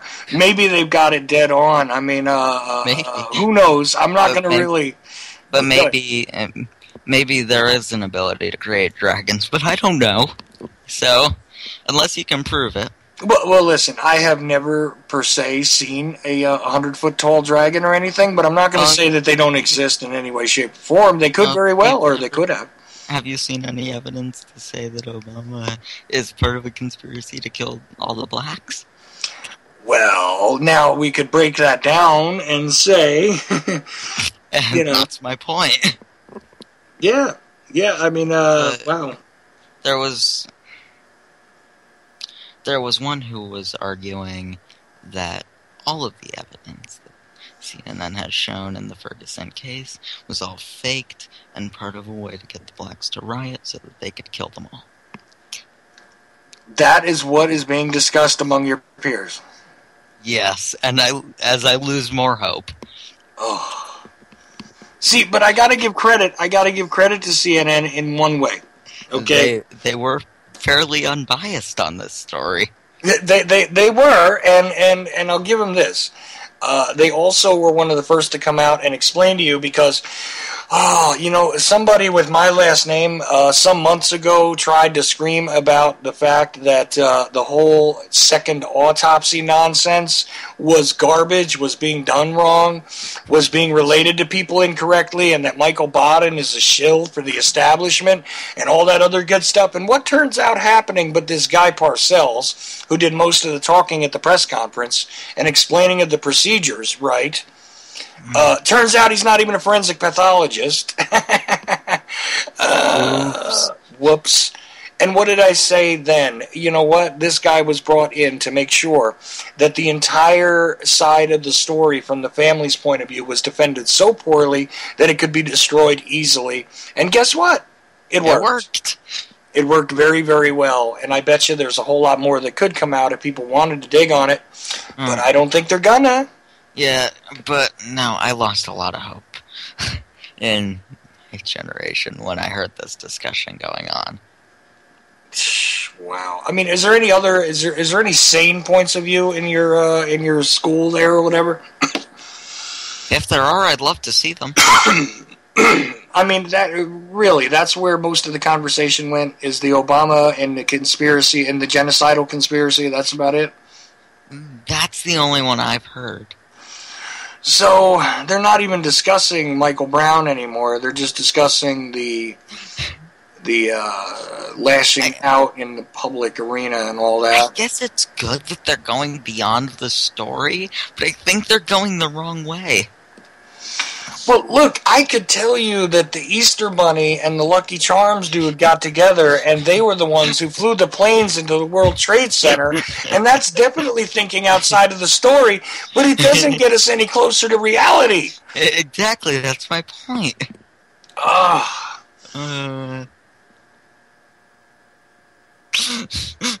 I'm nearly speechless. Is there anything else being discussed in current events among your peers? I mean, I'm so dismayed at this. That comet landing. Oh, okay. What's this was interesting. How did that go? They said they were saying that science is a waste of time. We don't need to know how the world works. We just need to know it does.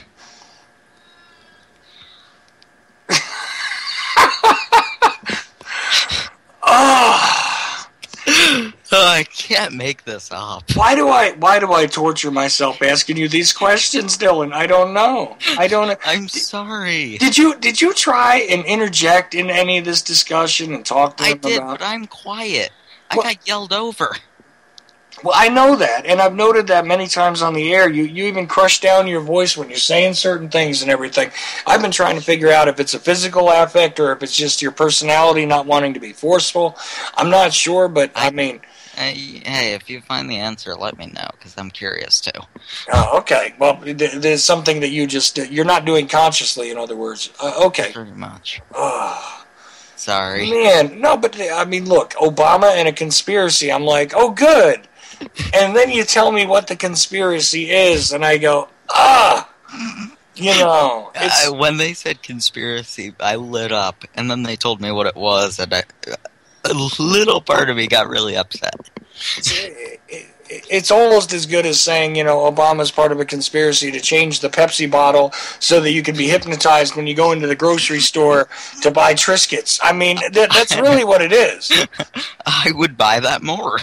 You know what? I would definitely go for that one a lot more. Oh, man. Man, oh, man. And meanwhile, you know, and meanwhile, people think that it's a waste of time for me to discuss, you know, trying to get the facts straight regarding the Kennedy assassination so we might be able to inform these kids. Look at what happens when you don't. And look what happens when you do. I'm not sure which is good. Oh, man. Oh, man. My history teacher, my poor history teacher, he was so lost. He was trying to follow everything they were saying, but there were 4 of them yelling at the same time, all shouting different things at each other. Well, it couldn't have all been the Obama conspiracy. It had to have been some other stuff. I mean... Yeah, that was the more sane one they mentioned. Oh, please do treat me to the more insane ones. Oh, no, are you sure you want your psyche to be damaged further? Why not? It's Tuesday.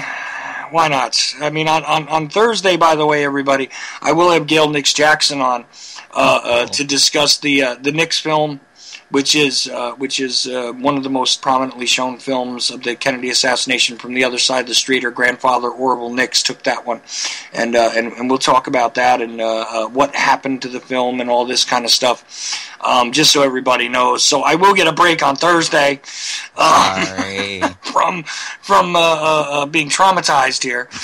I don't do this on purpose. Oh, it is just You're so... doing this to yourself. I know.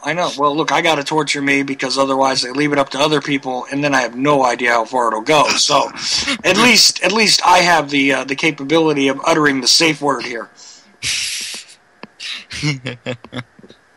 No. Go ahead. Tell me the worst theory. I mean, Obama wants to kill black people. It's pretty bad. What's worse? They extended it further. Every white was part of this conspiracy. Okay, now were these, just for conversation's sake, were these white kids saying this? No. Okay. So in other words, the Great Whitey conspiracy is out there, where absolutely everybody who has pale skin is part of the conspiracy to genocidally eliminate anyone of darker skin. Yeah, I got called a genocidal terrorist in that discussion. It was fun. Genocidal terrorist? Yes. What did you say that caused them to call you a genocidal terrorist? That they were speaking about a situation they had no evidence to prove. And you got called directly, immediately after that comment? Yes. You were named a genocidal terrorist. I can't make this up. Are you sure? You sure you're not making it up? Because it sounds... I'm not joking. Oh, my. Well, you know, for... And you had hope. I did. Before this discussion.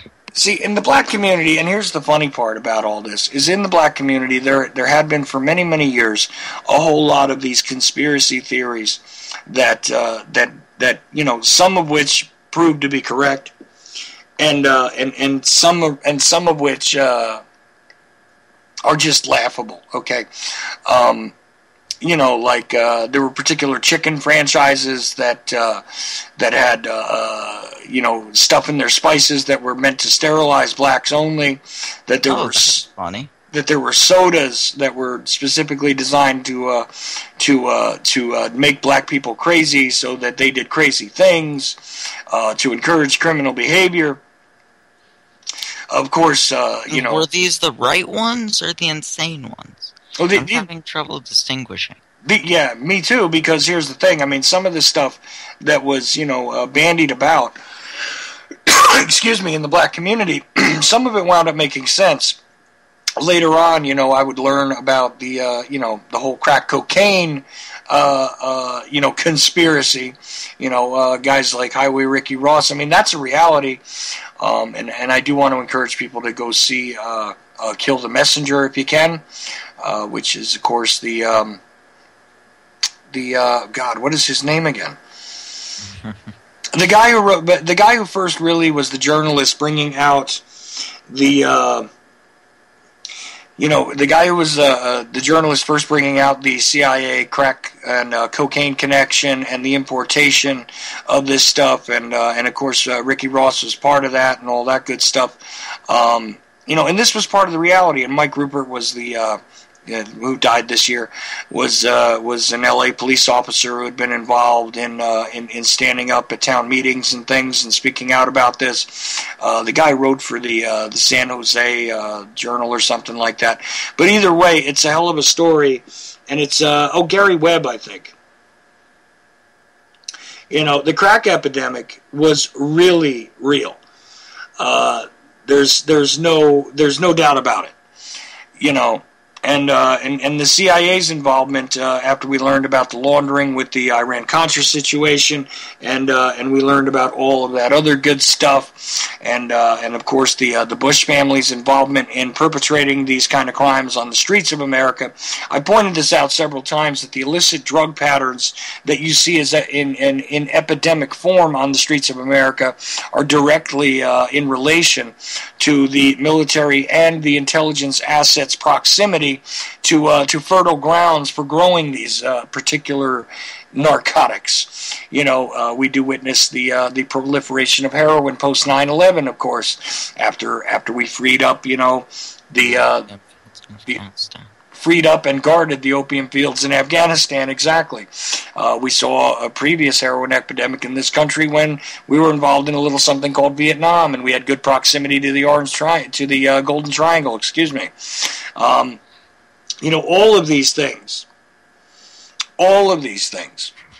are related. But some of the stuff was crazy. There was just different things out there where, the Ku Klux Klan controlled Snapple. That was because there was a circle and a K, and there was a boat on the bottle, and therefore it was slave ships. This was one of the concepts that was bandied about when Snapple was a fairly new product. All this kind of good... Yeah, I'm not kidding you. No, I don't think you're kidding me, but that's ridiculous. Well, I understand that. And the Circle K that they pointed to was actually a mark by a rabbi to let you know that Snapple was kosher at the time. Don't know if it still is. A lot of products that people partake in have different rabbinical symbols on them, which are from different groups of rabbis telling you that they are kosher products, food-wise, etc. I mean, if you eat a Hershey bar, you can find it on there, I think, still. There's a triangle K and a circle K and an OU and all that kind of good stuff. So some of these things were ridiculous, but some of this stuff turned out to be true. The greater concept that white people were actually manufactured in the side of a mountain by a mad scientist named Yakub and were actually made from the genetic materials from the devil. and therefore we are all actually devils. All of us with white skin are devils. This was one of those. Go ahead. Was that a popular one?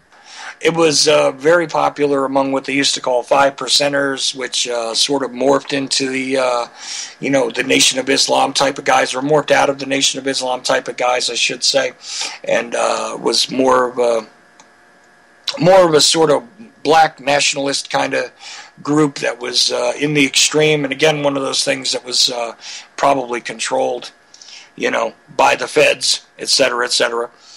But isn't that the case with any of these racially based terrorist groups? I mean, how long do we have to still endure the Ku Klux Klan after decades of knowing that that generally, the guys who are inciting the violence within the white nationalist organizations were almost always FBI plants?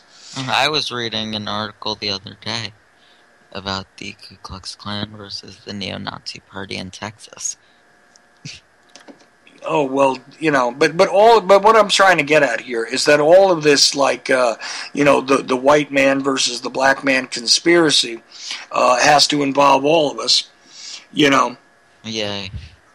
And that's the fun part. That is the fun part, and that's why they're calling you, I say it again though, a genocidal terrorist. Is that what they called you? Yeah, they weren't very good on their insults either. No, not real creative. No, not at all. A genocidal terrorist. Aren't all terrorists genocidal? Well, you got me there. I have never been called a genocidal terrorist, so you got one on me at least. They have called me many names in that hate mail bag of mine, but genocidal terrorist has never come to me. So kudos to you for that. Should I be proud? I would take a prideful puff of air and raise your head up a bit, sir, because you've actually gotten insulted in a way that I never have. So I love it. I would add that to my. I would add that to my list of stuff that people have called me that make no sense whatsoever. You would probably be happy to add that. Yeah, well, I'd prefer it to Zionist sympathizer, which I've been called, and also gatekeeper. I don't know how I'm any kind of gatekeeper. I mean, and even so, some of the stuff that they accuse me of being, I find it extremely funny because I'd love to know where my paycheck is and where my backing to make me a whole lot more successful, as somebody who talks on the radio and to get a whole lot more attention. Oh, wait a minute, they already got a guy for that. No names need to be mentioned, but we know who we're talking about. They already got a guy who's out there for the controlled opposition, don't they? So I guess I'll have to wait until he dies. Yeah, they do have a few. And I guess I'll have to wait for one of those guys to die or retire. And then maybe get your paycheck. Maybe I'll get my paycheck finally.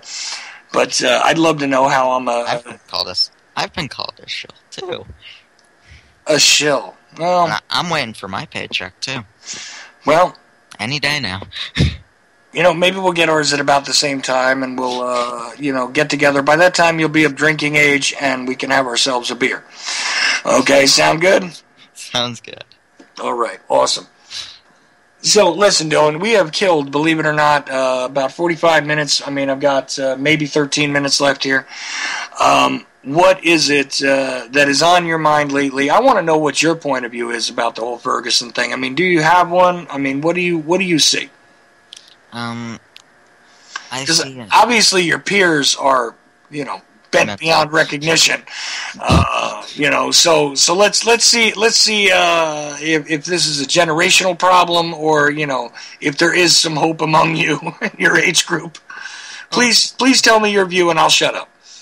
I don't see it as a race issue. There are legitimate race issues, but I see it as a militarization issue.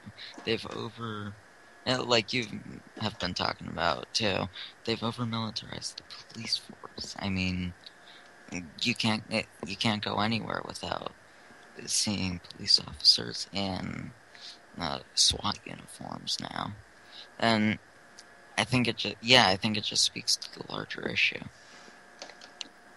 See, now that's funny. because that's exactly where I'm at with it. Is I think it's a much larger issue, and it is definitely a beta test. Because, and here's where race comes into it. It is a whole lot more acceptable to a lot of people to push, you know, those that you think are different from yourselves to a point of no return, to a point of overreaction, to a point at which it seems logical to start burning their own communities. And that's not even to say that every fire was necessarily set by somebody who had been in that position, because I'm very sure at this point there's actually plenty of, you know, attainable proof that other individuals were involved. Outside agitation has been involved in this situation in that little town. But it always is, exactly. And it is part of the plan. It is part of the plan, and I think eventually, once they can figure out exactly how to, you know, emotionally hold hostage the rest of the population, you know, based on a possibility, based on an upset, I think that they will seek to provoke a greater reaction from all of us, and therefore, how else can I see it, you know? And I discussed this with Maria Heller earlier, you know. Yeah. So, is there hope for us, for my generation? You tell me, brother, because I'm at a loss to figure it out. Now that's not fair. All right, fine. I'll put it to you this way. I think that there is, if we keep trying to reach people your age, if you keep trying to reach people your age, if you get them involved in the discussion, at least we can give them a different way to look at things. They don't have to be pigeonholed into the nonsense of the past where, you know, where we'll create a great racial conspiracy, you know, based solely upon race. If we can get them to figure out that the fact that you don't have the financial means to participate in the system means you don't have a voice in the system, if and that color has really become extremely irrelevant. It is not about that. It's about the greater international cabal of bankers. It is about the greater international cabal of elites who are stateless, who are absolutely without scruples, and have no sort of empathy for the rest of humanity. If we can get that through, I think there's plenty of hope for the next generation. But if we don't get them to start to at least look at that as a possibility, then I don't know what to say. Couple of programming notes just for those listening on UCY.tv. I'm going to be followed tonight by Primer Time, okay, which will be live, and then All Things Apocalyptic with G. Michael Hop. But about Primer Time following me, I'm glad they are. You know, and when it comes to a gun show, that is definitely where I put people. I point them at it. I tell them, listen, man, I am not the gun guy. You got to listen to these guys. You know, all things relating to that, I definitely would suggest it. Love Primer Time. All Things Apocalyptic with G. Michael Hop, which great author, wrote those wonderful books. And, of course, Prepper Chicks After Dark after that, and the Anti-Media Radio will round out the night on UCY before we get into the overnight replays and stuff. So, just so everybody knows, that is what's going on after my show. Wanted to get that in before I get stuck here with the obnoxious bumper. And again, Dylan, we've only got you know, about 7 minutes left. Hope for your generation. Hope for your generation. I think if we can just get them to think for themselves, they'll be all right. If we can get them to stop staring at their electronic devices long enough to learn a little something and to observe the world around them, they'll be all right. And maybe the rest of us will be all right when they start to come to power. And, you know, God help me, if I do survive into my old age, maybe I won't be confronted by the empty heads that I fear I'll be confronted by. But then again, you know, let's not hold our breath about any of that, especially about me surviving very long. But anyway. Let's not hold our breath about us putting some knowledge in their heads, because they can't think for themselves at this point.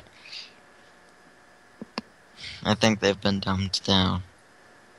Oh, and I was just handed a note that Anti-Media is actually going to 5 nights this week. So, even better for the programming notes there that I was mentioning earlier. Yes, absolutely. And, you know, I just say this to everybody, though, is that people have got to begin to think for themselves. They've got to begin to face what is around them, and they've got to begin to get back to the natural individuals that we were meant to be. We have to abandon all of this mechanized, biological, technological warfare which has been waged against us as human beings, the absolute contamination of the information stream, the psychology of the masses. It's all out there to trick you, to fool you. The Matrix is real. Skynet is online, and that is the reality of the world at this point in time. And if we don't do something about it soon, it will not be our world, and we may not continue further. So that is all I got to say about that. I don't know what to say about these guys having this discussion about the greater conspiracy that Obama is heading to wipe out black people. I don't know, man. I am totally dumbfounded by that. Well, I'm impressed I left you speechless, but... And there wasn't any other sort of sane, rational discussion surrounding this? I mean, that was it? Yeah, that was just about it. Again, sorry I gotta be the bearer of bad news. But, this is why my ears hurt from the headphones when I'm done doing this show. Right there. That's a perfect example. I don't mind being insulted. I don't mind, But what are we going to be faced with in the next generation if this is the level of, the level of thought processes that these people are engaged in? Oh, look, if it's any consolation, I think there are some people at my level of awareness. I only know 3 or 4, but that's a lot. That's a lot more than I thought I would find. Well, look, man, please make it a point, to keep trying to engage, those guys in conversation and increase your numbers, man. For God's sake, I'm not going to be able to reach the teenagers out there. I would like to, but I'm a crazy old man at this point. You have a chance. In the last 2 minutes, have you? How about your daughter? Have you gotten through to her? I don't think we've ever talked about it. No, in a way, yes, she can see some of the points that I make, but she's very much entrenched in the typical sort of liberal stratosphere of thinking, and I can't seem to extract her from it. She doesn't see it as that way. She thinks that she's a free thinker, but meanwhile, she very much is engaged in all of that kind of thinking, and I kind of don't blame her. I mean, really, at your age and at her age, I don't blame kids for thinking in a liberal fashion. I don't blame them for even going to the extreme conservative fashion because they're still finding themselves. But I really wish we could get to them a little earlier and get them out of that a lot sooner. Oh, can you give me an example? Not in the time remaining because it's kind of a complex issue. But one of these talk after the show. One of these nights, I'm going to have to bring her back on because we had a music discussion with her some months ago, and that was fun. But I do want to have a discussion with her about this stuff. But she gets so angry with me. Can I sit in? I'll be the mediator. Oh, if you want to try, sir, you can. But I don't know if you're going to fare very well. Hey, I might have a bit more luck than you. It could be. I mean, I'll give you a quick example of something that I just couldn't get her to wrap her mind around, and that was that when we were talking about transgendered people and stuff like that, I said that no matter what you do, no matter the hormones or surgery that are given to somebody, you can't change, an XY into an XX, even if you do physically transform them into a female and stuff like this. And this came up, of course, during the whole Michelle Obama discussion. And the thing is that she refused to acknowledge that. And it was just that like... That only makes logical sense. Well, yeah, I mean, I was just trying to explain that no matter what it is you do to the body, you can't change the genetic markers that are there, that they will forever be, a male, even if you do alter the body physically with hormone therapy, with any other sort of replacement therapy, etc., stuff like that. I mean, can you wrap your mind around that? And the answer was no. And she's not an unintelligent girl. She's brilliant, really. But It's conditioning is what it is. I mean, is that really the only point of disagreement? Because if so, I think you're in good shape. No. There are many points of disagreement I have with my daughter, but can we talk after the show a bit?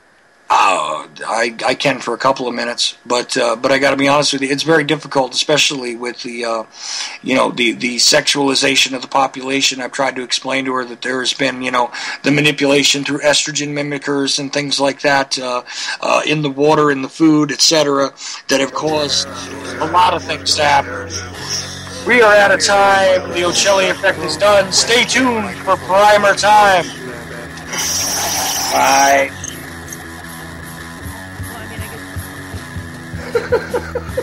At the age of 19 in 1962, she was a... But I have the files. I read this stuff at the National Archives, and I read these other things. I said to myself, how can that be possible? The brain, fondle slab of choice, computers, internet, professional wrestlers, and not Jesse Ventura style. It doesn't matter whether the cartoon comes from as long as it's real. It doesn't take hard to get real information, because seriously,